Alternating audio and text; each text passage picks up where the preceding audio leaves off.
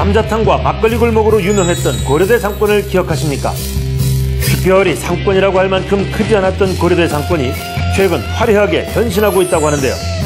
고려대 중심 상권, 참사리길과 안암역 개통 이후 달라지고 있는 업종 지도, 그리고 고려대 상권의 메인 소비층까지 고려대 상권에 대한 모든 것을 알아보는 시간, 창업 필살기 상권 분석, 지금부터 시작됩니다.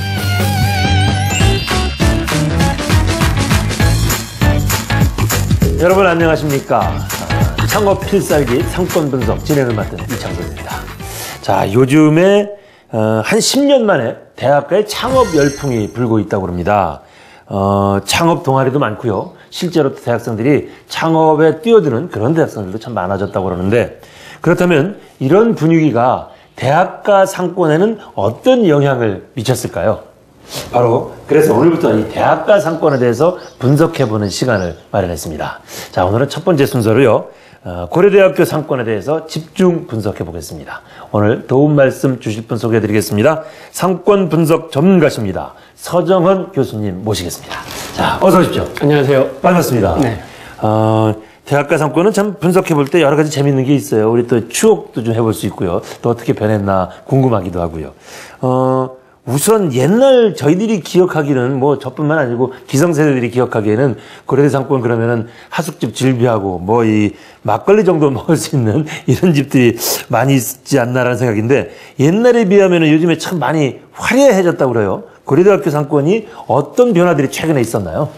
고대 앞하면은 사실 도심하고도 그렇게 멀지가 않고요. 네. 한 30분 이내로 서울 시내 도심으로 올 수 있기 때문에 네. 굳이 상권이 형성될 이유가 그렇게 많지 않았고, 또 상권의 동쪽 지역으로 정릉천이란 하천, 그 다음에 최근에 완공된 내부 순환로, 이런 교통시설들이 있기 때문에 상권은 원래 좌우 상하로 확장될 가능성이 많은 곳이 좋은 곳인데, 고대 앞 같은 경우는 이런 지형적 제한 요건으로 그동안은 사실 속된 말로 상권 축에도 안 끼었던 것이었거든요. 근데 지하철이 굉장히 큰 영향을 미치면서 최근에는 상권이라고 할 수 있는 부분으로 많이 성장을 했다고 볼 수 있습니다. 예, 그 전에는 정말 상권이라는 존재감이 없었던 곳이군요, 그러니까. 자, 그런데 하여튼 고려대 상권 하면은 예전에는 하여튼 그 정문 앞에 그쪽이 이제 주로였다면, 요즘에는 그 안암동 로타리 쪽으로 상권의 중심이 좀 이동했다는 얘기가 있었는데, 최근에도 또 이 상권 이동 변화가 좀 있나요? 예, 학교 앞에 정문에 나오게 되면은 하숙촌도 형성이 돼 있었고요. 예. 그 다음에 막걸리로 대표되는 간단한 음식점, 이런 정도만 있다가 이제 어차피 학생들이 교통시설을 이용해야 되기 때문에 안암 로타리 쪽으로 형성되어 있는 버스 정류장 인근에 여러 가지 점포들이 이제 있게 됐었는데, 이 지역을 이제 근본적으로 바꿔놓은 것 자체가 지하철 6호선 개통이라고 볼 수 있습니다. 그래서 특이하게 이곳은 지하철 6호선 2개역이 고려대학교 2곳을 다 통과를 하거든요. 그러니까 원래부터 이게 학교가 옆으로 많이 펼쳐져 있기 때문에 넓게도 돼 있습니다만, 이 지하철이 들어오면서부터 안암 로타리와 안암역을 연결하는 이 길을 흔히 지금 참사리길이라고 하는데, 이 길을 중심으로 해서 새로운 업종들이 많이 들어서게 되고, 또 개운사라고 하는 곳이 있습니다. 이곳으로 향하는 길이 원래는 상권으로 형성이 안 돼 있었는데 개인 주택들을 상가 지역으로 바꾸는 이런 공사들도 많이 일어나고 해서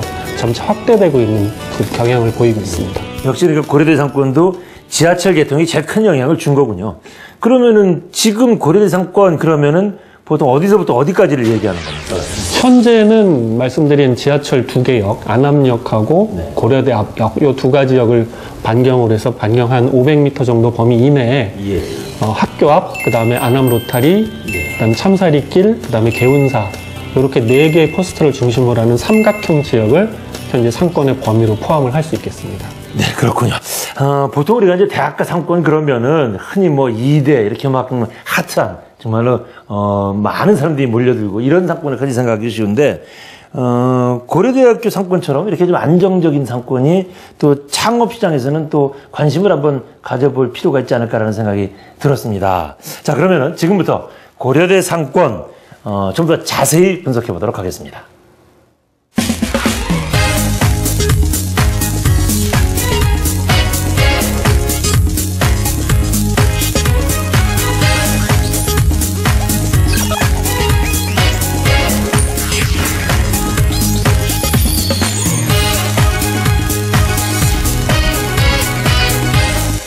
그러면 우리 교수님, 고려대 상권 그러면 가장 큰 특징 뭘까요?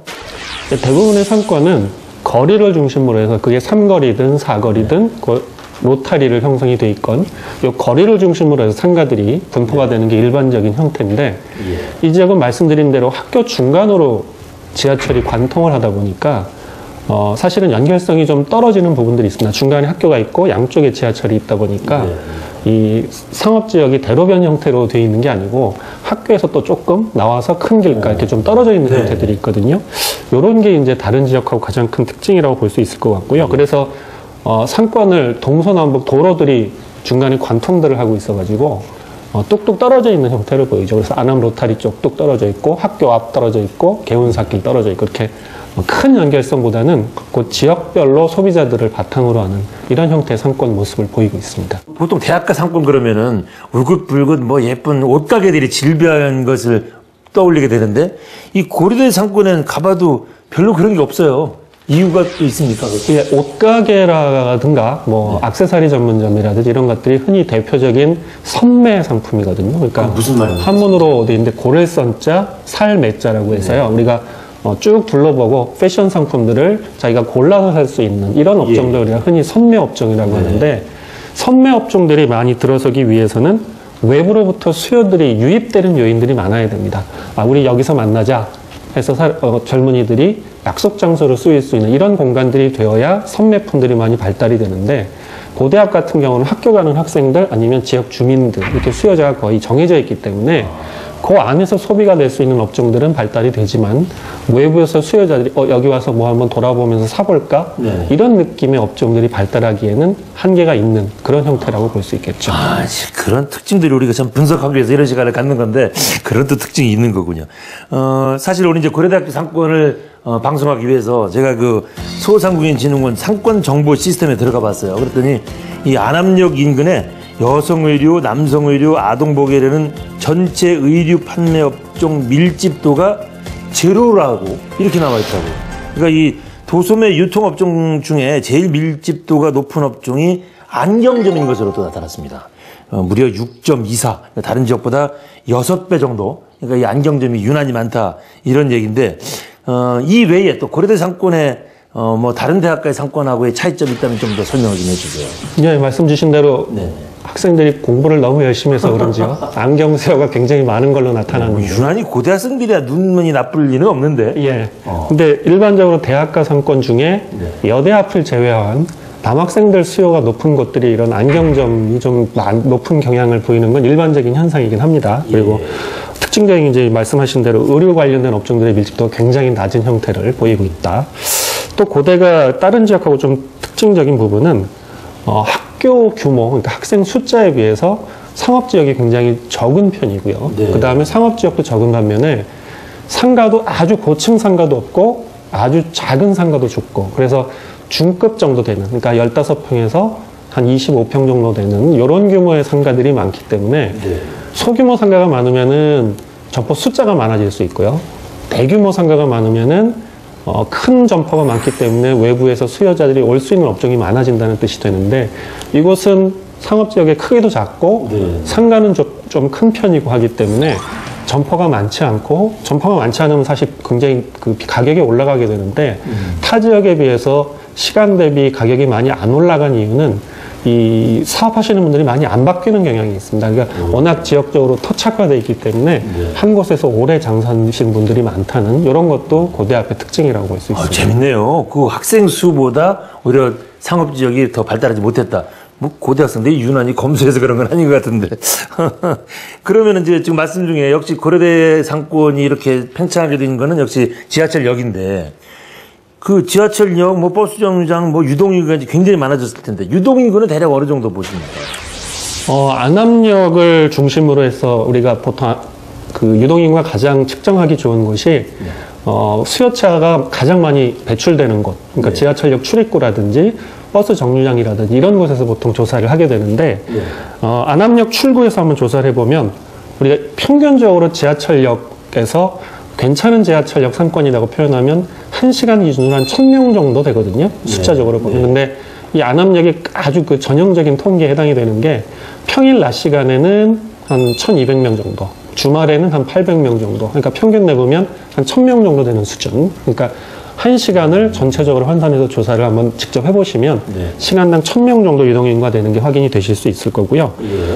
주말 같은 경우는 평일보다 좀 떨어집니다. 아무래도 학생들이 주말에는 학교에 안 오기 때문에. 그래서 주말 낮 시간에는 평일보다 한 10% 정도, 주말 밤 시간에는 평일보다 한 30% 정도 떨어지는 그런 유동인구 형태를 보이고 있습니다. 아까 말씀 중에 이제 고려대학교 상권의 현재 중심이 그 안암 로타리, 안암 오거리에서부터 개운사 쪽으로, 참사리길 얘기를 해주셨는데, 여기가 일방통행이잖아요. 그것이 이 상권을 키우거나 어떤 사람을 불러 모으는데 도움이 됐나요, 그러면?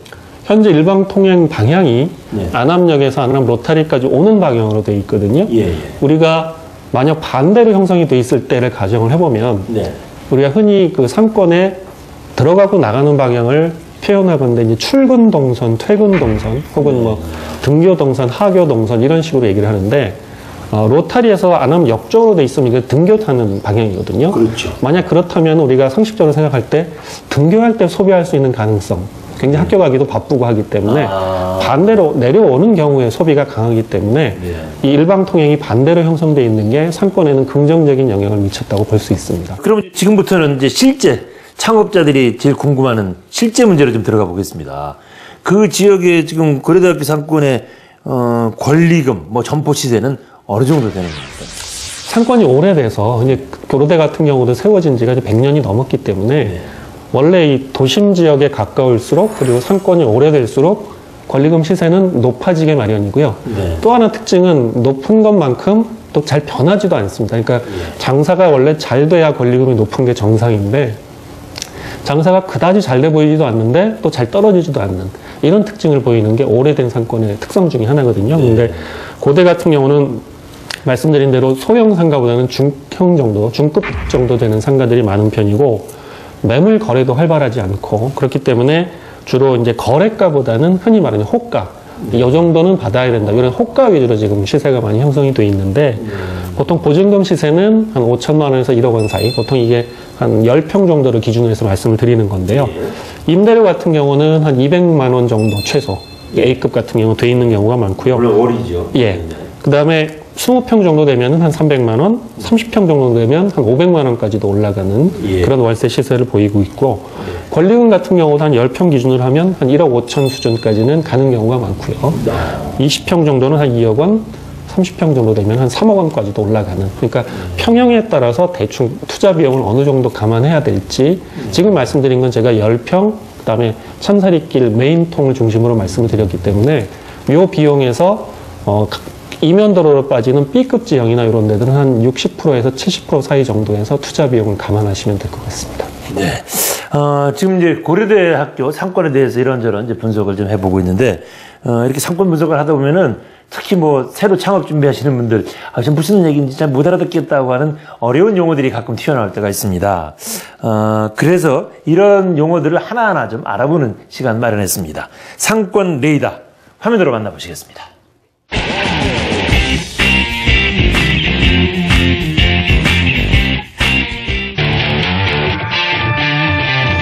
시청자 여러분 안녕하세요. 상권 레이더 시간입니다.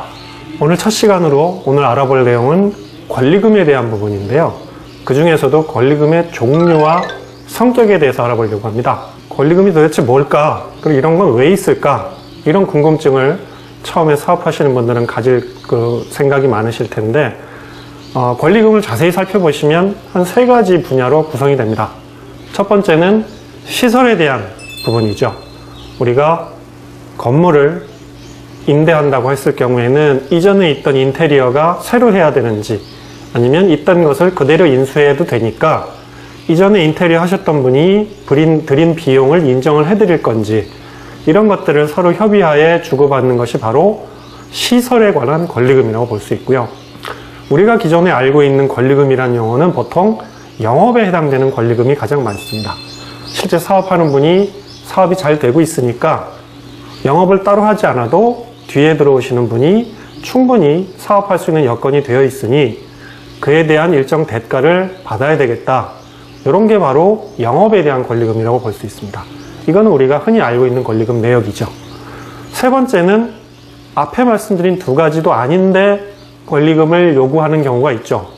이거는 바닥 권리금이라고 표현하는 부분이 정확한 용어라고 보셔야 될 겁니다. 이 장소는 워낙 자리가 좋기 때문에 지금 하는 업종이건 뭘 하건 앞에 했던 업종이랑 관련이 없는 업종을 하더라도 충분히 사업이 잘 될 수 있는 곳이기 때문에 자리값을 받는다, 이런 의미에서 권리금을 요구하는 거죠. 주의하셔야 될 거는 우리나라에는 세 가지 권리금이 뭉뚱그려져 있는 경우들도 많고, 또 바닥 권리금이라고 하는 부분은 정확히 평가하기가 굉장히 어려운 부분이어서 사실은 처음 창업하는 분들이 가늠하기가 굉장히 어려운 부분입니다. 예를 들어서 신축상가라든지 내가 지금 하려고 하는 그런 업종과 전혀 관련 없는 업종을 미리 하고 있었다면 과연 내가 이거에 비용을 지불해도 되는지, 이런 걱정을 하실 수 있거든요. 그래서 처음에 점포를 구하실 때 앞에 사업하시는 분이 이 정도의 권리금을 받았으면 좋겠다라고 요구를 하시면 그것이 시설에 관한 비용은 얼마, 영업에 관한 비용은 얼마, 그 다음에 실제 바닥에 대한 권리금은 얼마인지 이걸 잘 구성을 보시고 그거에 맞춰서 정확히 평가를 하고 서로 주고받으셔야 합리적인 권리금 지불이라고 할 수 있을 것입니다. 뭐 권리금이 뭔지 뭐 대충은 알고 계셨겠지만 권리금에도 이런 참 여러 종류가 있구나라는 거는 아마 처음 하신 분들도 많으실 텐데, 앞으로도 이 상권 레이더를 통해서 여러분들 좀 궁금해하는 그런 용어들 차근차근 하나 알아가시면서 창업도 이렇게 내공도 좀 쌓아가셨으면 하는 바람입니다.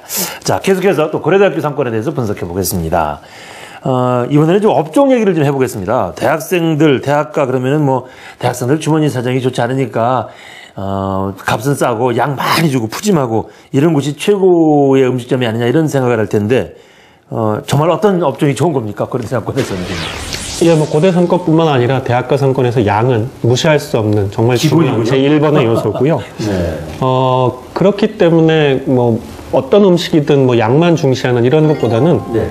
또 대학생들의 최근 트렌드가 굉장히 그 유행에 민감한 부분도 있고요. 그 다음에 또 요새 대학생들은 졸업을 미루고 외국에 뭐 여행이나 연수 이런 것들도 많이 갔다 오기 때문에 외국 문화에 대한 습득도 굉장히 빠르거든요. 그래서 흔히 말하는 퓨전 경향, 그러니까 대한민국에서만 맛볼 수 있는 한식이라기보다는 뭔가 외국적인, 이국적인 요소가 결합된 퓨전 메뉴를 선보이는 이런 부분도 좀 신경을 쓰시는 게 좋을 것 같고요.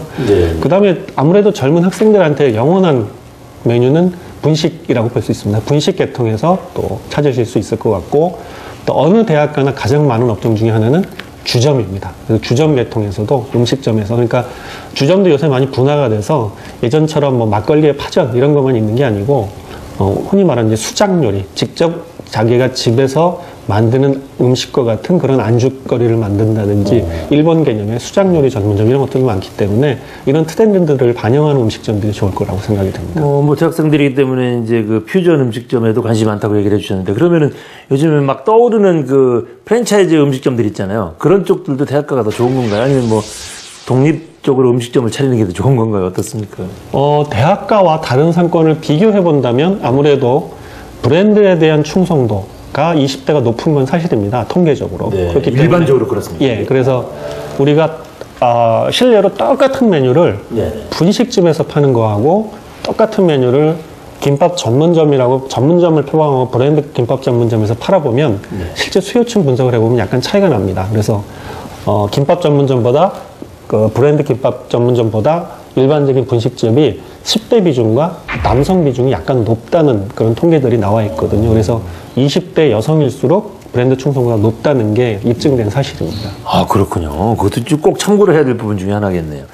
그럼 대학가도 또 이런 특징도 있나요? 뭐 이렇게 물론 뭐 큰 길가는 뭐 임대료도 비싸고 권리금도 비싸잖아요. 그러면 골목 안에서 들어가서 좀 싼직한 곳 차지하는 건 위험한가요? 어떻습니까?